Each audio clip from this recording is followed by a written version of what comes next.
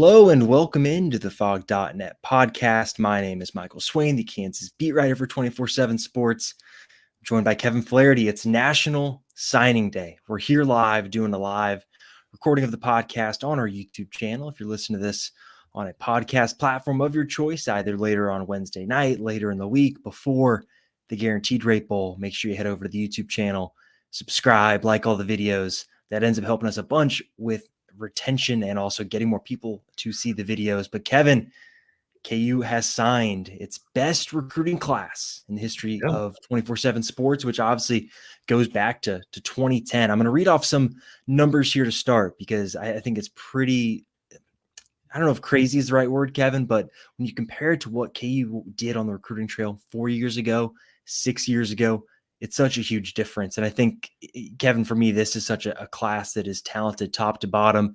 You look at the average commit rating for these guys, it comes in at 87.35, the highest KU has ever had. Yep. And that ranks pretty highly in the new Big 12 as well, which is going to be really positive going forward for KU. But I really want to focus on two position groups here, Kevin.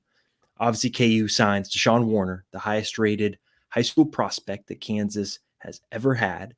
And then Dak Brinkley, a four-star prospect who is also ranked inside the top 10 ever for KU. Well, both guys are ranked in the top 25 nationally, and KU is one of just a few programs to have two top 25 defensive ends. Kevin, get a load of these teams that KU is with: Alabama, Auburn, Texas, Miami, Kentucky, that's a weird one, and Michigan. And then you go to cornerback, and it's the same thing with Jalen Todd and Austin Alexander, two top 40 cornerbacks. The schools that have that are Georgia, Alabama, Ohio State, Oregon, LSU, Missouri, Florida State, Auburn, Texas, USC, Oklahoma. Pretty elite company to be in for some really key positions on the football field. So Kevin, I'll open the floor to you. What stands out to you most about this class? And we've got a lot we can dive into here in the next probably hour. Yeah, I think it has to start with the edge guys, right? And I think that not just Warner being so highly ranked, getting two of those guys, in the entire Big 12, there is only one other edge guy who ranked in the top 25. He's going to Texas Tech. Kansas has two of them. So Kansas has doubled the rest of the Big 12 in terms of top 25 edge guys. And it's not just that they recruited a position well, Swain, but I think it's that they recruited such a key position well, right? Like, it would be one thing if it was like, oh, Kansas landed the top two tight ends in the Big 12 or, something like that, or even running backs. But no, you look at what you want in college football, and it's mirroring what you want in the NFL. You want a guy who can throw the ball. Heisman Trophy winners since 2000, I think 4 of them have not been quarterbacks. So you want a guy who can throw the ball. You want a guy who can protect that guy. So you want your left tackle. And on the other side of the ball, you want somebody who makes that quarterback's life really, really uncomfortable. And so for Kansas to go out and get guys ranked that highly, and even beyond that, I mean, for those guys to just be that good, even looking beyond the ranking at such a premium position. Well, what was kind of your main takeaway from all of this? I think it's that. I think you can look at someone like Deshaun Warner and you can take the talent, right, that he has. But look, I mean, Kevin, the evaluation that Kansas did with him is second to none. I'm going to pull up his profile right now. But this is a guy that was a 3-star recruit, like a low 3-star when KU first offered him right back in January earlier this year. And all of a sudden you see him kind of over the course of this year rise, where I think he maybe had an 83 rating back in January, then it went up to like an 87 in the spring and summer.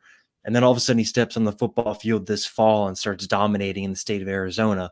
And then he gets the bump up to a 4-star and he's in the top 247. And then this past week, when we do our final rankings, at least before signing day, right, he jumps all the way up to number 148. And he can still move up because we still have more rankings, and he's playing in the All-American Bowl where we will have people there. And so he will have a chance to impress them and potentially move up even higher. So, yeah, I mean, he's jumped up I don't want to say so quickly because it's been a process and Yeah, it's totally. been fairly explainable in that I thought the junior tape was pretty good. And then, we had guys out there, I think this spring that saw him and thought, hey, this guy looks pretty good. And that's where that Mhm. first bump sort of came from. When you saw his first couple games of this season, though, I think it was obvious that he had taken a jump. Certain guys on that team that we'll get to in a little bit had taken a jump. And the athleticism for his frame was just so apparent. If you Mhm. talk to our rankings guys, one of the things that they'll talk a lot about is verified athleticism, right? They want to have a legit laser time on a kid, or they want to see what he runs in track, or they want to have different things that will show you, okay, this guy doesn't just look fast on tape, he is fast. And in Warner's case, the tape was just so obvious that Yeah. you couldn't ignore it. And here are a couple numbers for you with regard to Warner, not verified times, but 20 tackles for loss, 16 sacks. That's wild.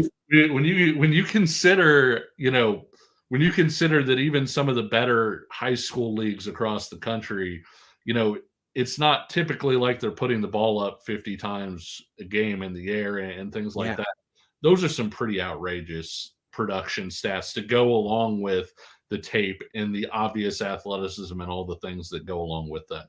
Yeah, and I think for me, like you mentioned the All-American Bowl, the thing that I'm really excited for is obviously getting more of those measurements, right? The Sure. length and the weight to see where he's at this point in time. But I think also, right, he's not someone that did like the UC report camp scene or did a lot of these big showcase events. And so this will be a chance for him to really showcase himself against some of the other best players in the class. And I'm excited to see how he does. And I think, this is typically a bowl that Kansas is not involved in, right? And I think for me, it'll be really fun to do coverage around it and see what that process is like. Obviously, our guys that are all there in San Antonio are going to get the chance to talk to him in person. We'll get a new profile picture, one that looks probably a little bit better than this one from Yeah. probably this would have been maybe even his You'll junior have a whole year of high gallery school. of photos and pads, Yeah, it'll look in the good. All-America game jerseys. Yeah, he's about to get an up glow, as the kids would say.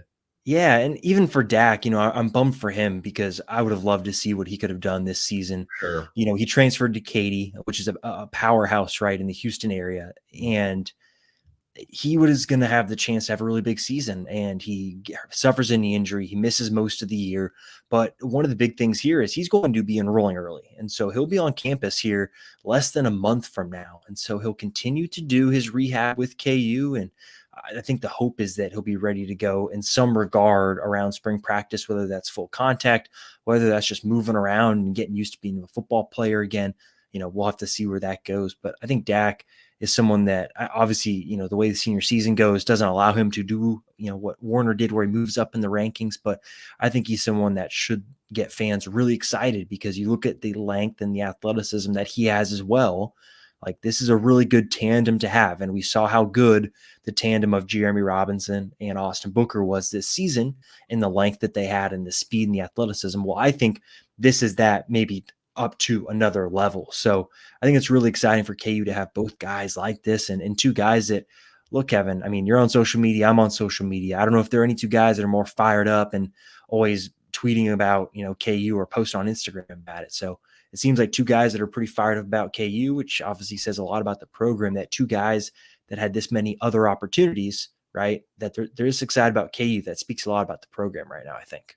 Yeah, and I think it's important to note that our rankings are based off the NFL draft. And so Of course. basically, with Deshaun Warner being a top 150 player, they're projecting that, hey, in a draft 3-4 years from now, that's generally speaking where his potential or whatever should be. But I think Warner is the guy that I think has more potential. I think the change of direction is so impressive. There are a lot of times, the quickest path to the quarterback is a straight line. And there are a lot of times where he kind of feints to the outside and cuts back across the tackle's face. If you're not fast, that can lead to you getting sandwiched pretty quickly. And a lot of times he's already on the quarterback before the tackle realizes he's Mhm. I think there's going to be a little bit of an adjustment there. I think when you look at his frame, he looks a little bit skinnier. There's going to be more weight room involved there. And what the reason I bring all this up is I know Brinkley's coming off of an injury. If he approaches this spring the right way, in the weight room and learning the playbook, the system, all those different things, if he's able to come in this spring and practice, there are open snaps at the defensive end position that he could potentially shoehorn his way into. When you look at the fact that they've got some guys coming back, like Dylan Brooks, you would love to see him take off and really in year 2 and kind of be that number 3 guy. They've got a few other guys in the program as well. Just brought in a defensive end from Youngstown State, but he hasn't been here before either. And he's played college football before, but he's going to be in competition with those guys. And if he's able to put himself into a position where he learns quickly, where he's, working in the weight room and he's really letting that athleticism pop, I think one of the things that stands out about him versus Deshaun a little bit, I don't know that he quite has the change of direction. I do think he bends the edge a little bit better. And I think that some of that is I think he's got more core strength to him. You see him against the run on some of his clips, and he'll stack up an offensive tackle occasionally with his strength.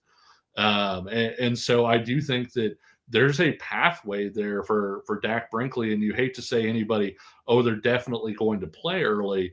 I thought Lance Leipold, put it really well at today's press conference where he says, I don't talk to these guys about playing time. They have to come in and earn it. But Brinkley is a guy that if he approaches this the right way, he has a chance to earn playing time sort of behind that starting group, I think.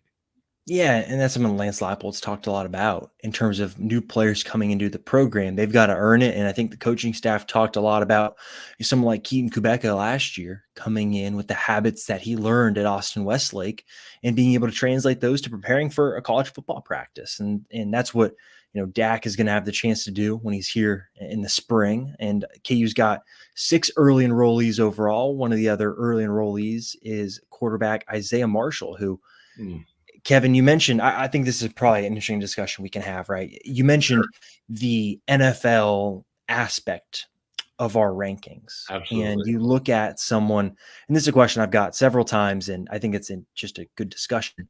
You look at what Isaiah Marshall, who is a 3-star recruit, right? The number 31 ranked quarterback in this class. You watched him play against Bryce Underwood, who is the number 1 player in the class in 2025 and the number 1 quarterback. Isaiah was the better player on the day and had a much better game. And I think there are people who say, well, then why isn't Isaiah a 4-star? And then why isn't he ranked higher? And I think it does come down to that NFL kind of part of the criteria where if we're ranking, hey, who can go into a college program and have a lot of success, I'd argue Isaiah's up there with any other quarterback because this scheme is going to fit what he does. And what the KU coaches are going to ask him to do fits right in line with his strengths. So I think Isaiah is someone that can have great success at Kansas, but he's not going to have the same quote unquote recruiting pedigree that someone like Bryce Underwood, not Bryce Young, Bryce Underwood is going to have. So I guess what's your thought on this, Kevin? Because I think for me, like I look at Isaiah, watch him play, watch him throw, and I'm like, he's got the track times too. Like, how is he not a 4-star? But I also understand you're talking about a 6-foot quarterback, and that doesn't necessarily scream, long NFL career. Yeah, and I think, it's so easy to make the connection to Jalen, right? Because, similar height. I think Isaiah is just slightly taller, similar kind of thicker build for that height a little bit. Isaiah's faster than Jalen is. He has the track times that back that up. He's somebody that, if you run the option and he's got an opening, he can hit a home run on that thing. He's not Jason Bean fast, but no quarterback in the country was Jason Bean fast from a top end speed, big play standpoint. But I also think when you watch Isaiah, he's got the arm to make all the throws. I don't know that he's quite as gifted as Jalen is from an arm strength standpoint, where Jalen can just flick the ball out there and it takes off. And I think when you're looking at a 6-foot quarterback in particular, you have to be pretty gifted to look at somebody that size and say, this guy is a no doubt NFL guy. And you have to be gifted in a certain area. If you're Kyler Murray, you're gifted kind of all over the place. You have a howitzer for an arm, you run 4.4, whatever. Some guys, like Bryce Young is a really good athlete. But I think even beyond that, his accuracy and his acumen were so elite and top shelf that it made him a Yeah. five-star prospect. And I think Isaiah is really, really good at a lot of different things. And like I said, it's easy to draw the comparisons to Jalen. It's so easy, though, Swain, to watch that tape and just check off play by play and say, that's the throw KU's going to ask him to make. Yep. What's the throw KU's going to ask him to make? That's a play he'll have to make at Kansas. And I think that's one of the things that gets you really excited for this kid. One, he's incredibly clutch. Some guys have that, some guys don't. He seems to be at his best, when the lights are brightest. But I think even beyond that, when you watch the tape, you can see he has all the physical tools to succeed and even excel at the college game. But even beyond that, you're watching the tape and you're saying this could be Kansas practice tape based on what he's doing, for Southfield. Yeah, and he's going to get the chance to practice in the spring. I think that's a great part of this for him. And in my conversations with him a few weeks ago, that was the big thing he talked about, was just getting in and getting in the playbook and starting to understand everything they're going to ask him to do. Because I think he knows I think everyone hopes that Isaiah Marshall is not going to have to play next year. I think that's pretty straightforward. I think everyone's going to hope Jalen Daniels plays about every snap of every game next year. But the chance for him to learn under Jalen, I think, is so huge. And I think he's got all the talent in the world. And I'm fascinated to see how this coaching staff continues to build this offense under Jeff Grimes and the tweaks that are made. Obviously, I think under center is a fascinating aspect of this. We've not even gotten close to talking about that with the coaching staff yet, of what they're going to look for and how they're going to change it. But I think the opportunity for Isaiah to enroll early is going to be huge. And obviously, Kevin, his teammate, Isaiah Todd, is going to enroll early as well. Another guy that got banged up this year. He played in the first couple of games of the season, then suffered an injury, and that kept him out through the rest of the season.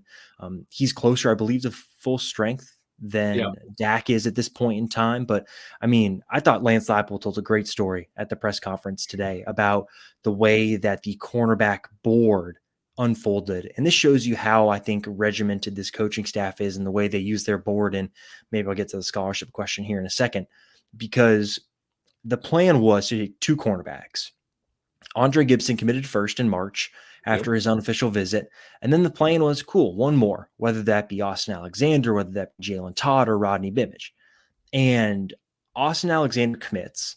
And it was about that same time that I think Joey Baker quit football.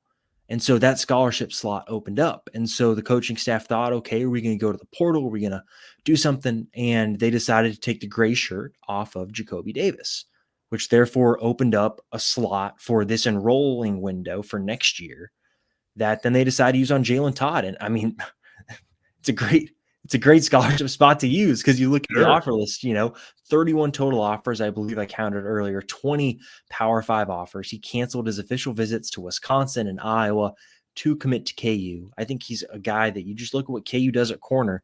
He can play on the outside.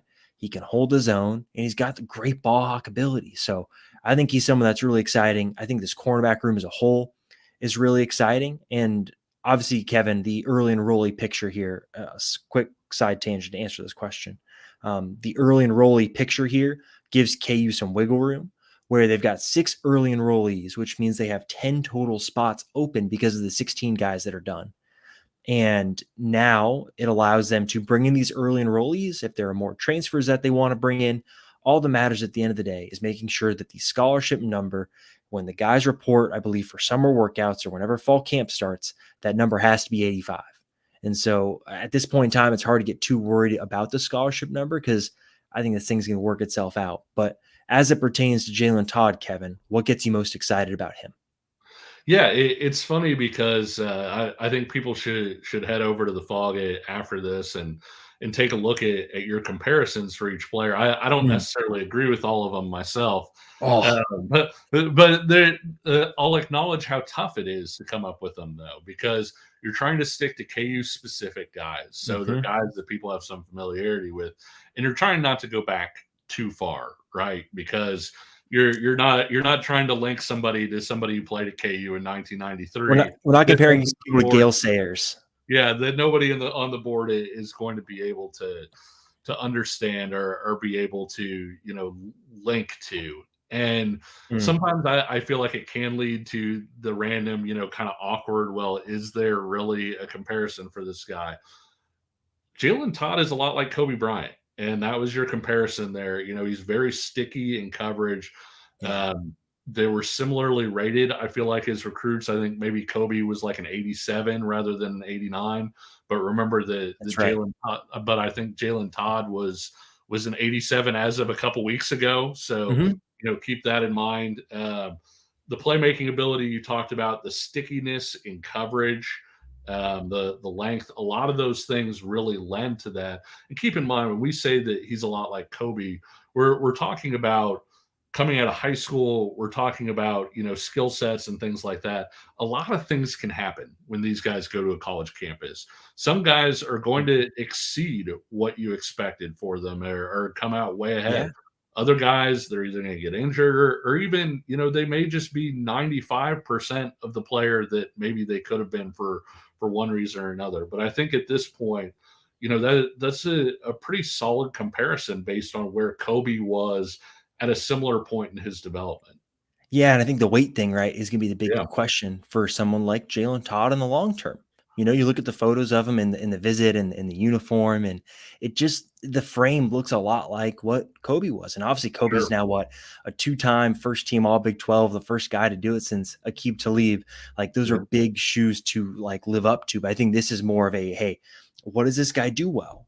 What does his frame look like? And what's kind of the long-term projection for him at KU? I think what KU's coaches will probably hope is that he doesn't have to play as many snaps as Kobe played as a true freshman, where he's on the field for so much and he's out of his depth at times. Where this cornerback room, Kevin, I mean, it's pretty loaded now. And we can talk about Austin Alexander because I know you've got some strong takes about him. But you look at this cornerback room, Kevin. I mean, you go back to last year, you got Jameel Croft, you got Jacoby Davis, two guys that, I mean, Jameel Croft's playing on special teams and he's going to play in the Yeah. bowl game because they had to hold him back because he was at the 4 game mark. So Yeah. it's a cornerback room that is just so loaded with talent. And you're adding in guys like Jalen Todd, tons of offers, Austin Alexander, tons of offers. I mean, you even look at the screen right here, Wisconsin, Duke, Illinois, Indiana. Like he's a highly coveted guy out of Chicago and he picks KU. Like, and I think he's really talented. I know you've got some strong takes about where he should be ranked. Yeah, I think honestly, Austin Alexander to me is the best cornerback prospect that Kansas has taken since Andre Maloney passed. And Andre Maloney was a guy that probably would have been in contention for at that time it was called the Army All America Bowl, things like that. Mm.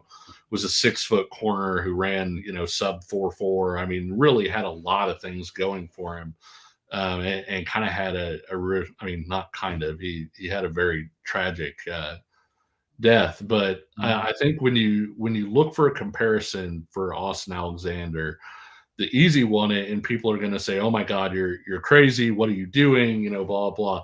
Keeping in mind where they were at the same time in their development and things like that, you do see a little bit of Aqib Talib in Austin Alexander. Aqib Talib, remember, came in from Richardson Berkner. He wound up redshirting his first year at Kansas. He was still a safety. He started his career at safety even after that redshirt year, and then Kansas wound up moving him to cornerback partway through that season, and he wound up getting a lot better and sticking.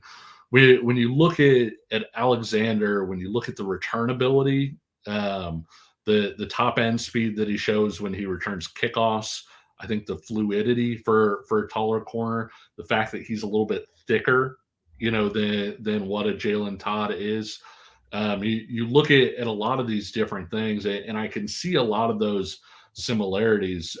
He's a guy that I think if we were to pour truth serum down certain people's throats, uh, Oh, hey, yo. that he would have had. And this isn't really controversial. He was an 89. He was 1 point away from a 4-star. But Mhm. I think if he had had a strong verified time out there, that he would have been a 4-star kid.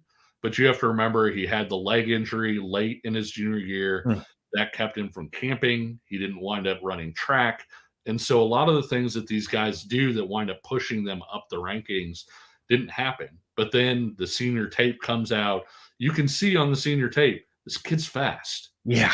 When he puts his foot in the ground and he goes, he's fast. You can see the way that he attacks the ball. You can see the way his length plays on the football field. You can see the coverage skills and a lot of those different things. And so, again, when I say, hey, he reminds me, I'm not saying he's going to be an All American and and win all sorts of awards and be an all pro or whatever. But I do think that he has a terrific starter kit Mm. for Kansas. And I thought it was interesting too, because I think you try a guy at corner to see if he can hang at corner. And if Yeah. he can't, you move him to safety. I thought it was really interesting, Leipold talking about Mhm. Alexander's versatility, the fact that he had played both. And so that sort of opened the door of, okay, we'll throw him out there at corner, see if he can hang at corner. If he can't, he's a guy that already has that experience playing safety.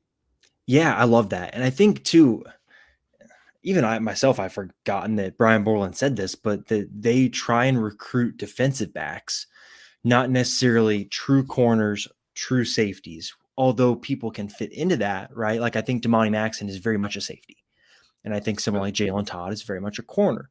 But you've got these guys like an Austin Alexander. I think someone even like Dre Gibson with how sturdily built he is. And even you go back to the JUCO guys KU's brought in. Jalen Dye played corner and he played safety at junior college.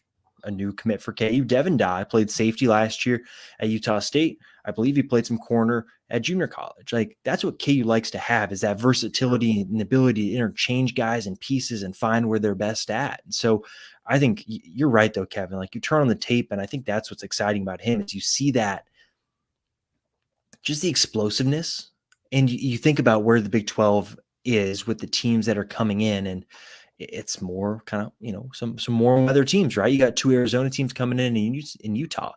Like you're going to have corners that can cover and cover guys that are fast. And I think you can never have too many of them, like Austin Alexander. So I'm really big on what he's going to bring to KU and what he is. So To me, he's the second yeah, best player in the class behind really. Deshaun.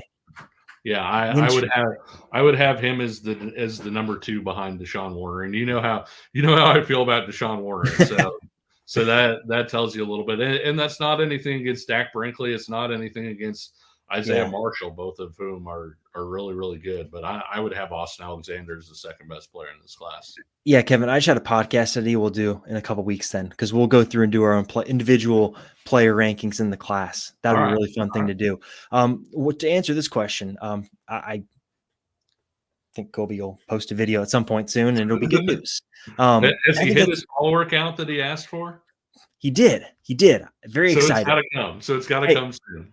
Kevin, he's got more followers than our YouTube channel. We've been around for over a year. Like, I'm bummed. What the heck, man? He's a better cover guy than we are. Yeah, he is. He does much better content than us. But I think it's great for these young corners too, to have guys like Melo and Kobe to learn from. And I think you look so much throughout this team right now. The safeties are going to be able to learn from OJ Burrows and Marvin Grant. You got some defensive linemen that can learn from someone like Jeremy Robinson. Like you go to offense and quarterback, and like there are so many great opportunities for these freshmen to learn from the current crop. And I think that's big. Let's transition to this now, Kevin. Give Sure. me your sleeper in this class, the guy that you think isn't going to get enough attention, that you think is going to be really good in the long run. I think we may both have the same sleeper unless you picked somebody else to be contrary on this thing. But I think the biggest sleeper in this class is John Kamara. I feel like it has to be. I Mm, just you watch the tape from his junior year, and this guy's out there playing cornerback, and he's going to play yeah. linebacker at Kansas. And I said this on Rock Chalk Sports Talk yesterday. When guys are making that transition, you worry about the physicality, right? You're like, this guy's been out there on an island covering wide receivers. What's he going to do in the run game when all of a sudden he's in the box? Well, we found out this year he moved, more to like a rover safety linebacker type role. Sometimes they put him up on the line. He played a pretty varied role, a lot Yeah. like he would at Kansas. Um, and physicality was not a question at all. And I remember, this is a guy whose body really came a long way at Desert Edge, and so you could see the work ethic at play there in terms of the way that he really improved himself. He has some really exciting tape, but Kansas is going to look for a long-term answer at that Hawk position. Now that Craig Young has graduated, I think this year it'll probably wind up being Jason Gilliam, who did some really Hmm. nice things there. Yep. But you talked about being able to learn under guys and things like that. Jason Gilliam's not a bad guy for Jonathan Kamara to sort of learn the ropes from and then step into that role here in a year or two. I just think the talent and the athleticism and the length and the ball skills from being a cornerback, all of those Yeah. things are off the charts. And we talked. I know I'm rambling, but we talked before the season started about JB Brown, right, and how important he was going to be for this linebacking core to Mm, really upgrade their athleticism overall. And I think that Kamara is part of sort of this ongoing process to make sure that second hmm. level Kansas can really run at those spots, and they've done a really good job there. Yeah, we didn't bring up Ja'Cory Stewart, but I think that was Yeah, a guy I had the toughest time making sure. a player commit or a player comparison for, because there's just not many guys that Kansas has had that have kind of his burst in athleticism. Maybe JB Sure. Brown would be one, but obviously at the time that Ja'Cory committed, like we hadn't seen JB Brown play in person yet. So that's a different thing. But with John, I love the length, Yep. athleticism, and just overall profile of what he's been. Because I think you look at Craig Young and he was kind of a safety at Ohio State, and then KU wants that Hawk position to be someone that's a safety and a linebacker combined into one. And you saw at times this season, John's playing on the edge. He's playing, getting after the quarterback, blitzing, and Yep. doing the things we saw Craig Young do. Well, you add in the fact that, I heard from someone that saw him during his visit to KU and said he saw him stand next to Craig Young and thought they looked the exact same. You Yep. know, basically the same height, just John looks like he's not been in the weight room for 4 years, including a couple years at Ohio State and some years with Matt Gildersleeve, who I think really highly of. So I think he's someone that I am fascinated to see what fall camp is like for him next year. Because Yep. right now you look at the Hawk position and it's one where you're right. There's Jason Gilliam. KU got involved with Josiah Galvin from UNI, and he seems Yep. like he's going to go to Wisconsin. But I'll be fascinated to see what the depth chart looks at that position, because if John comes in and is able to do the things KU asks, I think there is a pathway for him to get some sort of playing time as a freshman. But again, that's going to depend on the strength conditioning, the ability to prepare, the ability to know what you're doing at practice and execute it every single day. But I think you're right, Kevin. Like, I think he is one that's going to be a sleeper.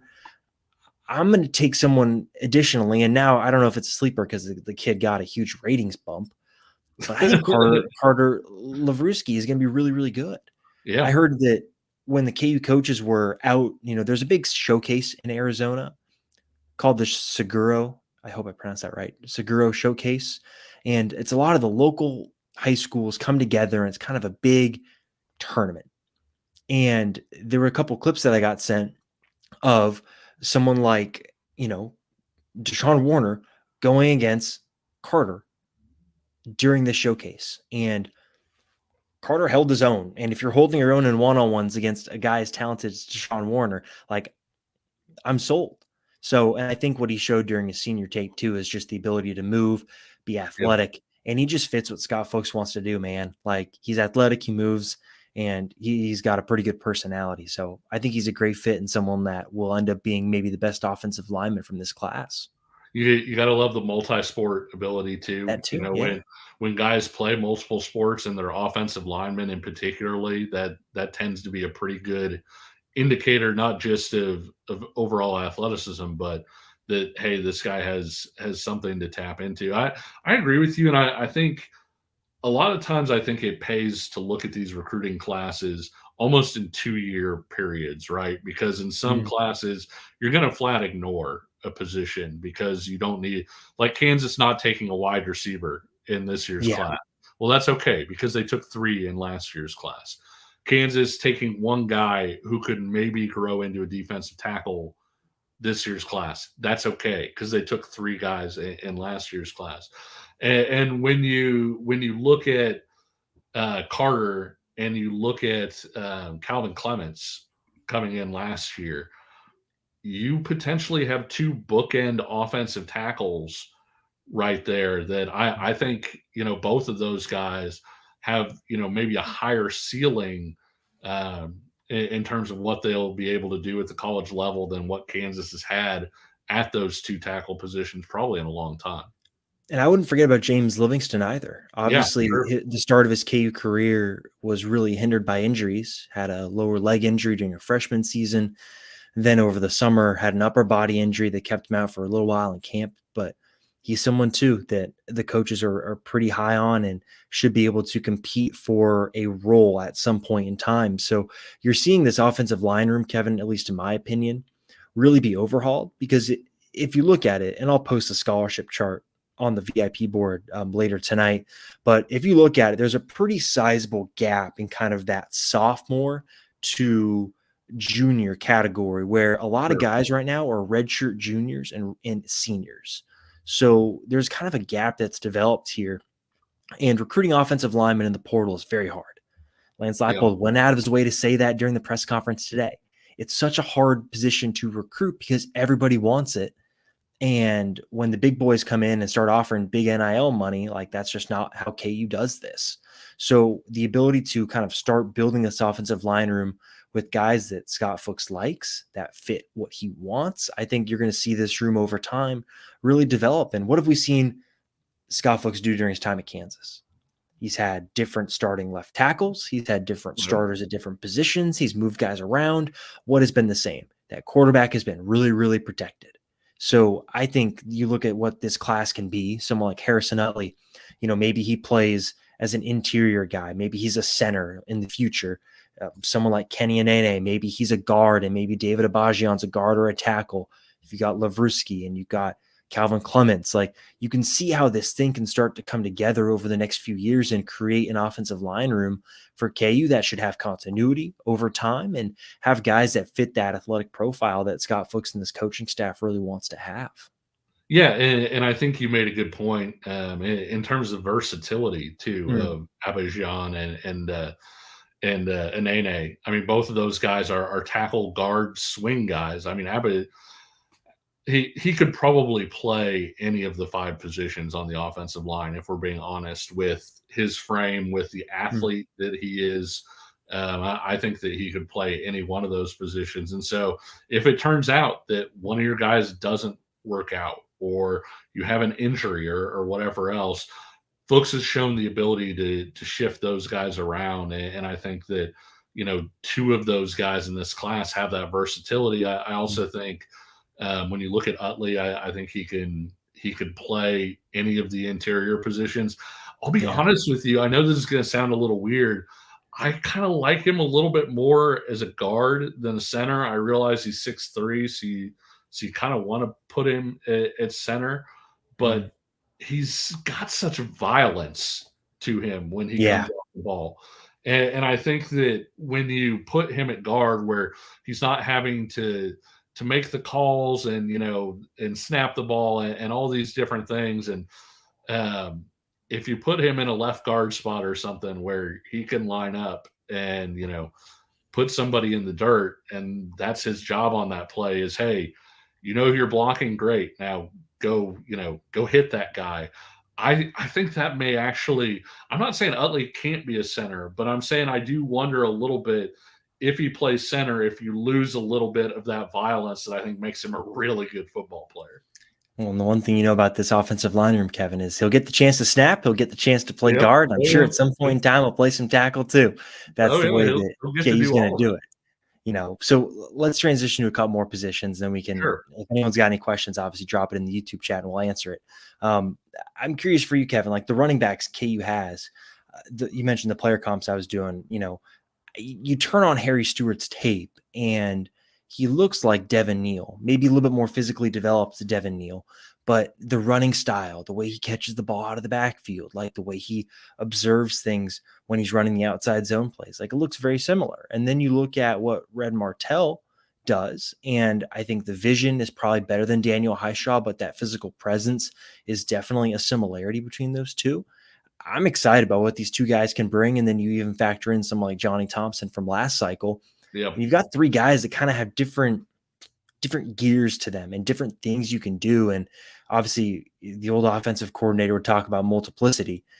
I think they're going to continue to try and do that. And I think you got three guys now in the running backs room that can offer you that. Well, and you look at what Grimes did at Baylor, Yeah, you true. had Exactly. you had some smaller backs. You had, Abram Smith, who was, more of a power back. And the guy that I actually, compare Red Martell to, and I did it in my class breakdown today. I did it on radio yesterday. I think he's a lot like James Sims. And a big part of the reason I make that comparison is that Sims was kind of a running savant. He wasn't the fastest guy.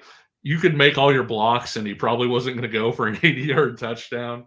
There were people who, especially when he came in, kind of complained about his body a little bit, maybe not being the most polished and all of those different things.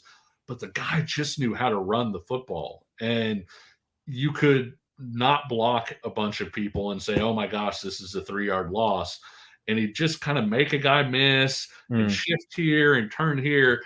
And he's got 4 yards, and you're thinking, how did he get 4 yards? That play was absolutely blown up.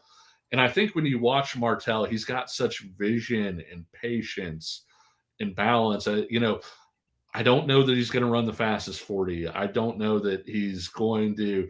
He does have some physicality to him, like you mentioned. I don't know that he's going to win a bench press competition, though, against somebody like a Harry Stewart, who is absolutely, looks like the Incredible Hulk in a lot of ways. But all those things that you can't measure, finding daylight, the running to daylight, a lot of people will say it's a born skill. You have it or you don't. And Martell, he has that. And we saw him in person. I'm not trying to rip on him or anything. He was coming off an injury, and so he wasn't 100% when we saw him at UC Report. He was still getting back healthy and all of those things. But even when you watch the senior tape, I think you look at him and you say, that's a guy that is going to need to fall in love with Matt Gildersleeve, because I think that Gildersleeve, if he can add that physicality to him, really, take that body and, as some coaches would say, electrify it, give him more explosion, give him the different things like that. I think the running back skills are all there. And it's so funny because if you say to somebody, hey, go out and get me a good running back, they'll probably say, okay, I'm going to go get you a running back who's big and who's fast. And that's Harry Stewart, right? Yeah. Like, he's 215 pounds. He runs a 10-900 meters. Like, he's, I think when you watch his tape, the 10-9 doesn't always show up. But at the same time, there are moments when it does, and you're like, oh, yeah, he is a 10-9 100-meter guy. But in Red Martell's case, I think I found myself watching that tape and being like, having the big fast guy is awesome. I look forward to seeing Kansas continue to develop him and everything else. But I'm really interested to see Red Martell, run the football, see how he takes to a college weights and nutrition program, all of those different things, because we could be sitting here 2 or 3 years from now and just be like, how did we not see that guy coming? Yeah, and I think what you said there about, Red Martell, Kevin, I think is very true of a lot of guys in this class, and I think Yeah, it's something that KU's gonna be very intentional about going sure. forward, which is these are guys that aren't gonna come in and day one be ready to start at Kansas, but these are guys that have the traits, whether Sure. that be in terms of their position and the skill set that they have, or the frame that they have and the ability then to add weight and get bigger. But this is now a program that is going to try and stack recruiting classes, fill whatever needs they have through the portal, but really try and stack recruiting classes, focus NIL efforts on the current roster, keep the good players you have in Lawrence, and try and build this thing to where it starts to roll on itself. Yeah.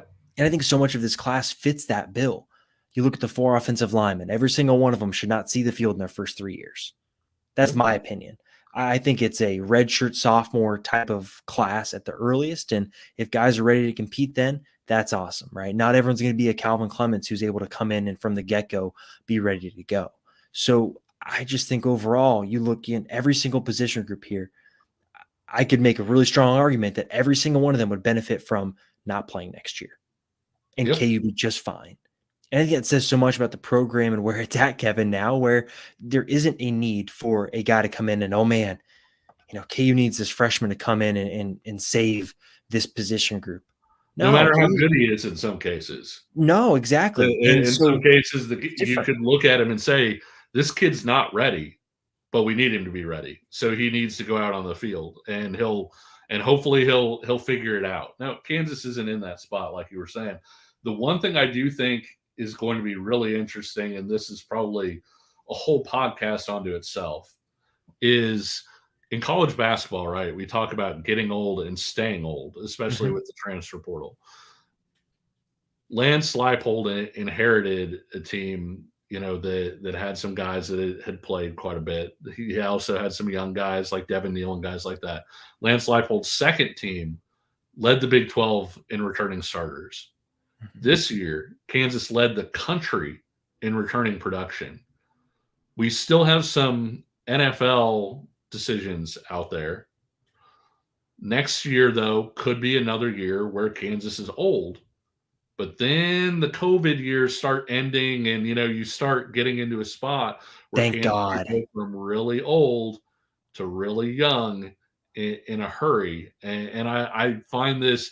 That's why part of the reason I find this class, the timing of this class, and this Mhm. season really interesting is because I think if you can get some guys onto the field in situations where they're good enough to get onto the field, whether that's Mhm. Jalen Todd and you say, you know what, he's good enough to be our number 30 corner right now. Let's get him out there.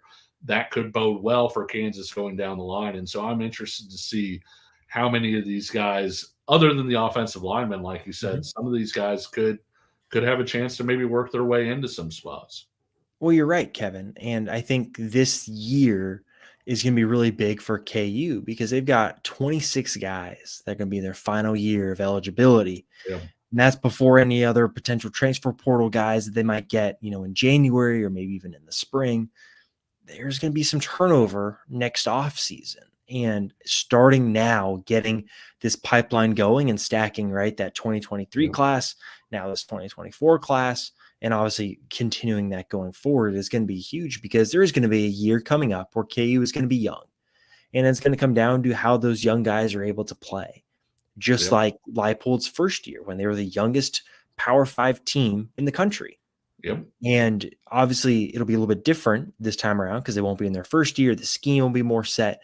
There'll be different things, but there will be a year coming up here where KU is going to be young. And so I think this recruiting class is so huge because it's so talented Yep. that you can look at that young year that's going to come up here in, I think, maybe 2 years and say, KU might be all right if some of these guys have to play as, redshirt freshmen or redshirt sophomores. You'd feel all right about that. And if they're guys that are able to play sooner, that's great because that means they're beating out older guys that have been around for even longer. So I think you look at this class and there's just so much to like, Kevin. And I think it's really exciting to look forward to the 2025 class and everything that's going on. David McComb's already committed. Yeah. Katie's been in on some guys as well. Malachi Kirby's a linebacker from Iowa that's going to announce in January. KU's been recruiting him really hard.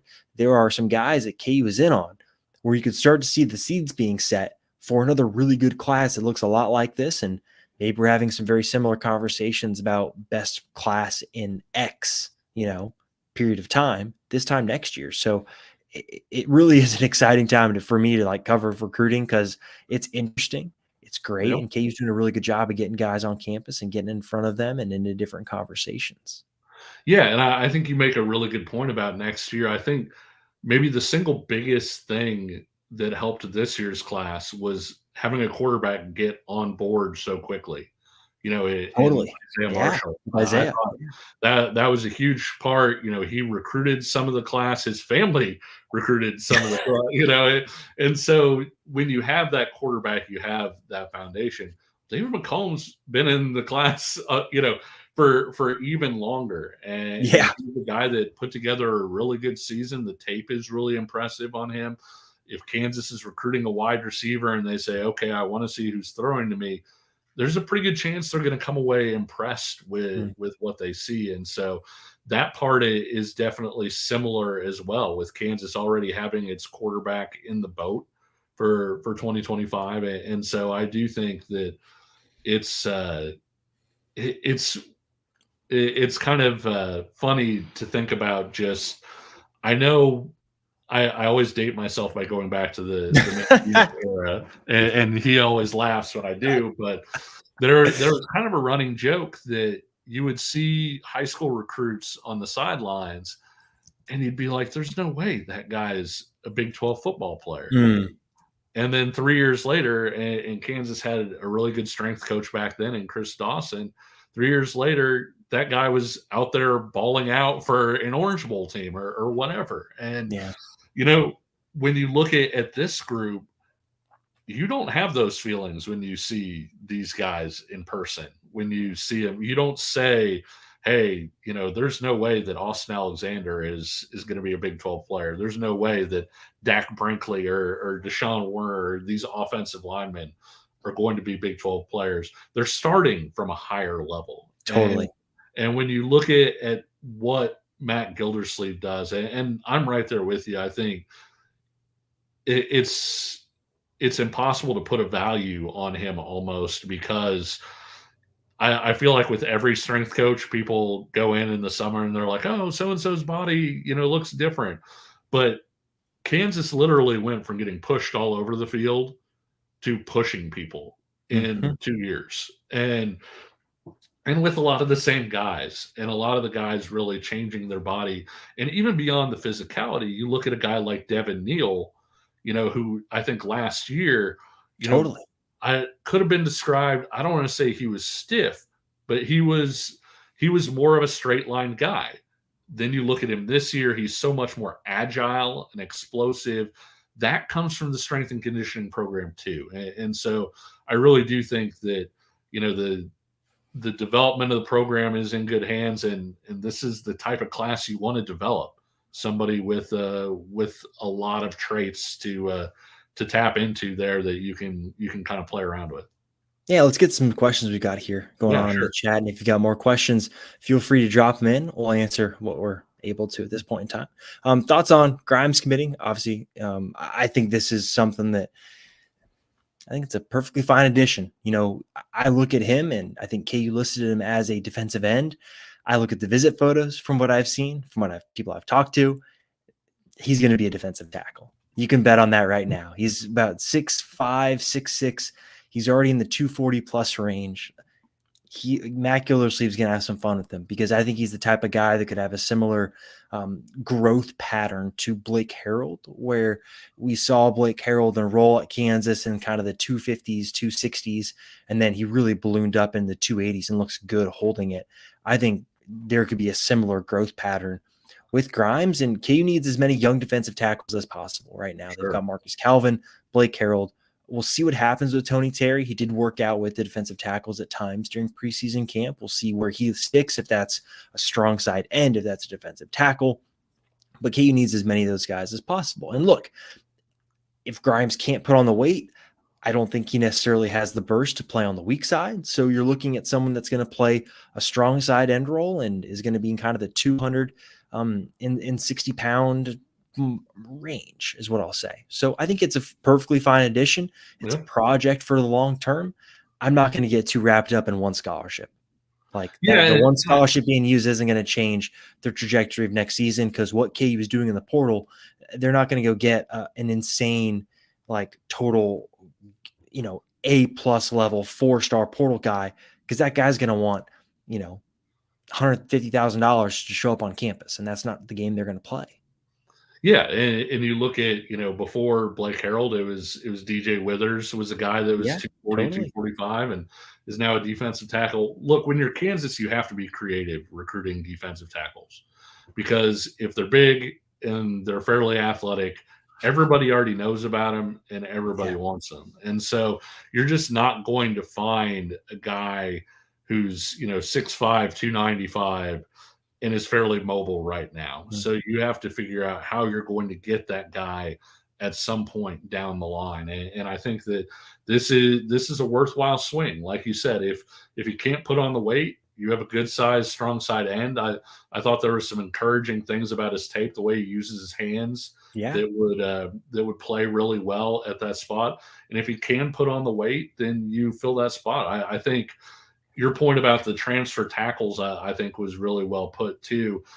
I think Devin Phillips is probably on the upper range of what Kansas is going to be able to get out of the portal from a defensive tackle standpoint in an average year, in terms of the experience that he had, in terms of, the body type that he had, and all of those things. And so I don't think that you're going to be able to go into the portal and get a really good starting defensive tackle most of the time either. And so that means taking as many swings or as many bites at the apple as you can get. And this is certainly one of those.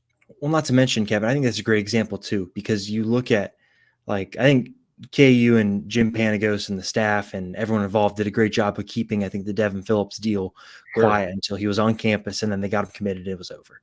Yep. You look at what happened this past week, where they go back to Colorado State again, and I can't remember his first name now, last name Kelly, but KU's first offer.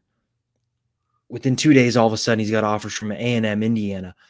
There are so many instances of this now where guys get offers and all of a sudden they blow up, and that's just not the game KU is going to play, because again, the NIL resources are going to the current players, and I think that's the way it should be, because that's how you maintain roster continuity, a healthy locker room where guys aren't looking at who's coming in saying, oh, well, you're getting this much, why am I not being taken care of? No, it should be the guys that have been at Kansas, helped build this thing. They should reap the reward of that. So as it pertains to Grimes, I think it's a perfectly fine take. Sure. Again, I'm not going to get terribly, bent out of shape about one scholarship spot. So that's kind of my take. I think that's a really good question too, Kevin. Okay. If you had to make a bet, would you bet on next year's class being a better average 24/7 Sports composite rating, 87.35? That's what I like that question, Austin. As of today. What do you think, Kevin? I like that question a lot, because I think, if I remember right from my research, and it's been, neither of us, I'm sure, slept a whole lot last night heading into signing day. And so I'm sure we're both about to pass out on our respective desks. But from what I remember, last year's class was the highest average rating that KU had up to that point. And then this year's class topped that class. Yeah. And so I think that possibility is really there. And I'll be honest with you, and I may get in trouble for saying this, and, you may never see me again. But I think too, we may say that it doesn't impact it or whatever, but I think that when you have certain programs looking at certain guys, you weren't likely to give a Charlie Weiss guy a rating bump, in terms of, hey, this guy is going to pan out, hey, this guy, let's take a look at it. And it's not that somebody looks at it and says, oh, Leipold offered this guy, he's an 87 rather than an 83. But I do think that sometimes if you have a guy that's maybe a little less regarded and he's taken by a certain coach, you go back and you look at him a little bit more closely. Okay, what's Nick Saban seeing in this 3-star kid that I'm not seeing?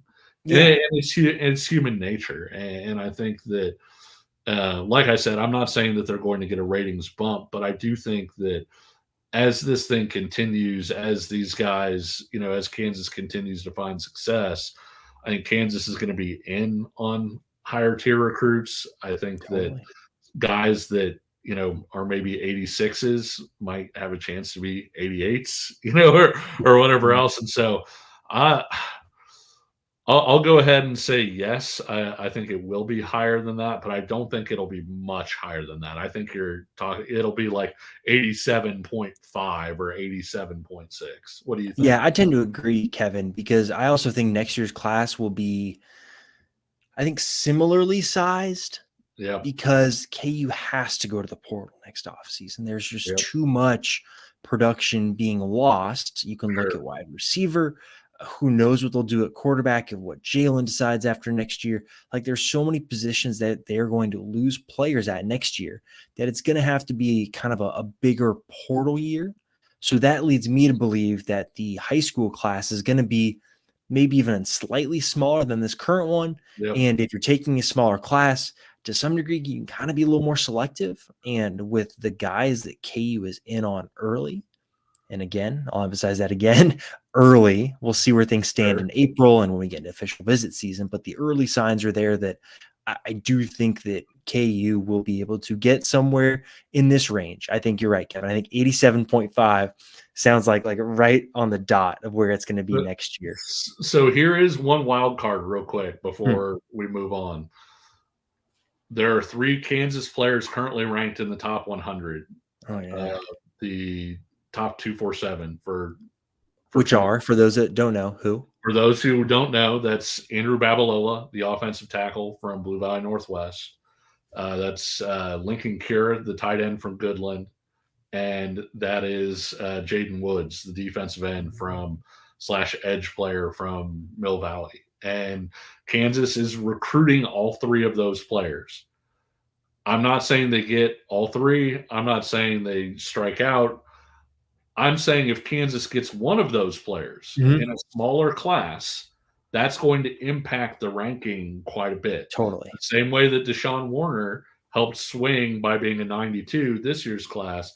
If Kansas goes out and gets a top 100 player, if they land a Babalola or a Jaden Woods or a Lincoln Cure, that could also help them get over that 87.35 because they would have a top 100 guy by virtue of, say, a 12-man or a 14-man class. It's simple math. That could really help them get there. It's simple math, Kevin, but my brain's in a pretzel. No, I'm joking. I agree, though. That's a good point. I didn't know where you're going to go with that for a second, and I was like, they're getting all 3. He was like, oh, my God, my he's going to promise gosh. all 3 of them to Kansas fans. Yeah, like, what are you talking about? Kobe, I answered that earlier. I'm jealous of his YouTube subscriber number. We need to get ours up. I'm jealous. He's done a good job of that. Got to get those numbers up. Those are rookie numbers in this racket. Yeah, ours are rookie numbers. Exactly. Next up, this is one we maybe kind of hit on a little bit, but we can both answer it. Surefire star in the class, who is an under the radar star. I can tell you who Kevin's is, but I'll let Kevin answer for himself. Yeah, I mean, earlier, we said Deshaun Warner probably under the radar. I said John Kamara. I think I put this in my sleepers thing. I think on the side as well, under the radar with regard to his ranking too. I think Austin Alexander is a guy that he's one of the top rated guys in Kansas's class as an 89, but I still think that he's underrated, and so I do think that he's a guy that's maybe a little under the radar for how good he is. Totally. I'll do surefire star Deshaun Warner, under the radar star Ja'Cory Stewart, and I'll tell you why. All right, here we go. Kevin and Kevin in the big moment in the state title game. Oh, yeah. When the surefire pick six got thrown to him, he caught it. He caught it. He's going to be a star. No, I'm joking. I think he's got athleticism that KU doesn't have at the position. He can run, he can hit. And talking to him, it sounds like he's got the mentality that fits his coaching staff. Hard worker, wants to be coached hard. And I think this coaching staff is good at coaching guys up and getting them to play at their best. So I think Ja'Cory Stewart, I'll pick him. And KU needs more linebacker help too. Yeah. I mean, we said this on a podcast, I think earlier on when we were talking about grading the podcast, and Kansas was at that point in on Michael Boganowski. And we had said if Kansas had landed Michael Boganowski to go with this defensive class, then you would have given this defensive class an A+. Yes. No, it's not a Georgia or an Alabama defensive class, but for what Kansas. You can get at Kansas, the speed at linebacker would have been upgraded. The defensive back group is really, really good. We barely even talked about Damani Maxson, and he's pretty good. You know, he plays angry. He's a guy. I'm gonna put a bet up there, and I don't know if you'll take it or not. Damani Maxson, and I may get in trouble for this, he's going to get ejected for targeting at some point in his career. With the way that kid throws his pads around, and I love the physicality. I love the way he comes downhill. I love how fast he is. But my gosh, he absolutely he plays with a reckless abandon. And so, you know, I'm going to put that out there on a stat thing. I think Damani Maxson could be a really good player. I also think it's very, very possible that he misses a game with targeting. One other guy real quick too, because we haven't talked about him and he's under the radar, and I really like him, and coaches that I talk to really like. Carson Brune, is a great fit for what Kansas wants from a tight end, in that he's a really physical blocker. He takes a lot of pride in that. Even a lot of his routes are open because his defender is worried about him planting them in the ground. And so he'll kind of put his hands on them. They'll brace for it, and he'll run by them. And so a lot of times with these tight ends, even when they're really talented, they don't see the field because they don't block. And I'm not saying that Carson's going to play early. Kansas has a stacked tight end room, especially when you look at the fact that they added Deshaun Hanukkah, you know, via transfer. At the same time, you know, I do think Carson is the kind of tight end that Kansas is going to really enjoy having, in terms of the fact that he gets out there and he blocks first, catches the ball second. Totally. I want to go back to this, Kevin. It's a really happy day for all these recruits, right? I'm a national letter of intent today. You know, the recruiting process is done. They can focus on enjoying high school or getting ready to finish up. And Kevin's here. Like, this guy's going to get ejected during his career. You're ruining the day, Kevin. I love the way that he plays. Like, I love the aggression. I really, really do. You watch the tape though, and he smashes some people, and so I think that he's going to be somebody that's probably going to be a really big hitter. That I'm guessing the opposing coach is going to go in and tell the refs before they play, hey, watch that guy over there. He's going to be throwing some lumber, and I don't want my receivers getting hurt. Most likely to switch positions, I've given mine. I think Graydon Grimes. He's not a defensive end. That's true. What about you? Do you like, because I think a lot of this, and this is always a fun National Signing Day question, you know, which guy is going to switch positions? So I do think Graydon Grimes is the, I don't know, obvious, but the clear one. I think maybe one of the defensive backs moves to safety in the end. Sure. I think that could be one you could pick. I don't know which one. I'd assume probably Austin Alexander or Dre Gibson, but I don't know. Like, you got to see how these guys do in practice, but those are probably the ones I think of. We barely talked about Dre Gibson, and he was better than I thought he would be. I know that sounds really bad to put it that way, but I saw the junior tape, and I liked him. Watching the senior tape, I think he brings a lot as a return man, as a nickel back. Yeah. You know, I think it would be a major mistake if people looked at those desert edge guys and they were like, oh, like Gibson's the throw-in with Warner or Kamara or whatever else. No. Gibson's really good. Yeah, he is. I think he's going to have a chance to play. He could be somebody that switches positions. I'm trying to think of one that would be a little bit maybe off the beaten path. Okay, so this one probably won't happen, but Ooh, I have one. but I'm interested with the way Kamara's body has gone, like in terms of how much we've seen him really bulk up and everything this Mhm. year, and the way the frame has gone. Would it really be that shocking if 3 years from now he's an edge player? No, I wouldn't be. And if we want to go outside the ballpark here, Kevin, uh, I'll say Carson Brune is an offensive tackle.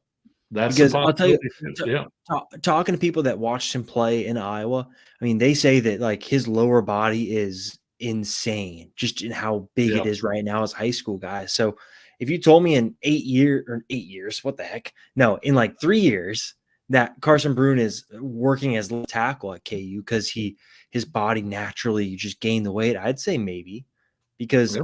you know you just never know with the guys, and I think he's someone that is good enough. So he's a smooth athlete to where it could work. But these are always so like, who knows? Who knows? No, I get it, and it's actually, not in the recruiting class necessarily, but one of the preferred walk-ons is Jameer Moore from Salina Central, and Mm-hmm. he's 6'1", 6'2" cornerback. He's a guy that I could absolutely see, like, in the first week, I could see Kansas saying, "Go stand over there with the receivers. You're 6'2", you run 4.55 or whatever. Go, you're not covering anybody out here right now. Yeah. Go over there and work with the widers." So I do see, with some of these guys, it's apparent that, hey, this guy's going to change, or this even makes a lot of sense. Because, like I said, with a guy like Jameer Moore, it does make a lot of sense that, hey, this might even be his better position at the college level, especially if Kansas is trying to look for those guys. Quickly, would Isaiah be ready to play when Jalen leaves? Well, it depends on how you want to look at it, right? Are we talking after next season, or are we talking after 2025 when Jalen's eligibility is technically up? Because if Oh, we're talking after 2025 when Jalen's eligibility is up, then yes, I think so. If we say Jalen leaves after next season, then I'm a little more iffy on that because I think that's 2 spring practices and 2 camps by the time the season would start. But that I might be don't a little know. close. It would be interesting to me just because Jalen came such a long way so quickly with the Leipold staff. Yeah, When you look at where Jalen was as a true freshman, I mean, it was brutal on tape. I mean, it was, you'd be watching a play and you'd say throw it out to the slot, and he didn't see it, before the ball is even snapped. And I'm not using that to rip on Jalen. I actually think it's a credit to Jalen how far he came so quickly that a year and a half later, he's out there against Texas and looks like he's been comfortably playing quarterback, at the college level for his entire life. And so I do think that there's a chance that they could get there. There are obviously some things that they could do to make his life a little easier when you look at what they did with Cole Ballard, totally. against Kansas State. And so I think there's a chance there. Isaiah's a smart kid.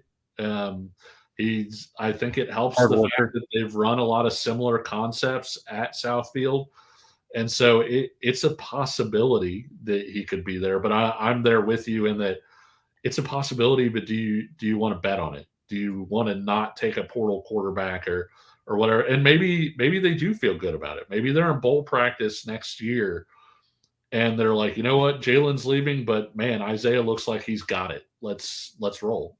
Yeah, and maybe even, hey, you never know with Cole Ballard too, right? He showed Yeah, some stuff this year. I like this question a lot, actually. I don't know if you want to. I can answer this because I've got to know a fair amount of these guys. I think Harrison Utley is going to be a yeah, guy that is going to do a lot in the community. He is just getting to know him. Like he's just a really good guy. And I will say this: like I've talked to every single one of these guys on the phone, most of them several times. So I feel like I've gotten a decent feel for what these guys are like. And I think personality wise, these are all really good people. I think Deshaun Warner, in terms of his yeah. charisma, is someone that is going to be able to get fan attention. And I think he'll follow in the Kenny Logan footsteps.